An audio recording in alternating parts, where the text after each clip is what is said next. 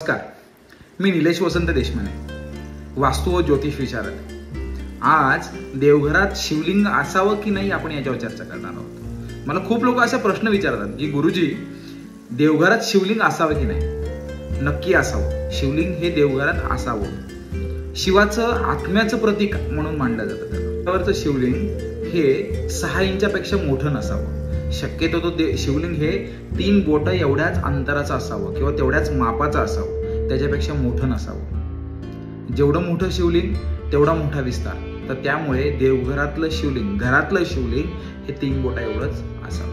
अशा वेळेस तुम्ही शिवलिंग कोणतं ठेवता ह्याला सुद्धा महत्व आहे. शक्यतो काळपाषाणाचं शिवलिंग हे देवघरात ठेवलं जात नाही. नर्मदेश्वरचं शिवलिंग घरात ठेवलं जातं. त्यासोबत पितळेचं, पाऱ्याचं, स्फटिकाचं हे शिवलिंग देवघरात ठेवलं जातं. शिवलिंग हे त्याचं मुख कधी पण उत्तरेकडेच असावं. बाकीच्या दिशेला ठेवणं हे चुकीचं समजलं जातं. शिवलिंग खालून पोकळ नसावं किंवा शिवलिंगाला कोणता टचा केलेला नसावा. असं शिवलिंग देवघरात कधीच नसावं. शिवलिंगावर शेष नाग असतो काही ठिकाणी नसतो. जर पूर्वजापासून जर शिवलिंगावर सर्प असेल तो ठेवला जावा. नाहीतर देवघरात शिवलिंगाच्या वरती सर्प ठेवला जात नाही. जर पूर्वजांपासून असेल तरच सर्प देवघरावर असावा. देवघराच्या समोर नंदी असावा का?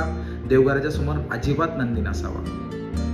देवघराच्या बाहेर जी आपली तुळस आहे, तुळशीच्या समोर नंदी असावा. देवघरात नंदी ठेवला जात नाही. जर असेच खूप काही प्रश्न असतील तुमचे तर तुम्ही मला नक्की कमेंटमध्ये सांगा.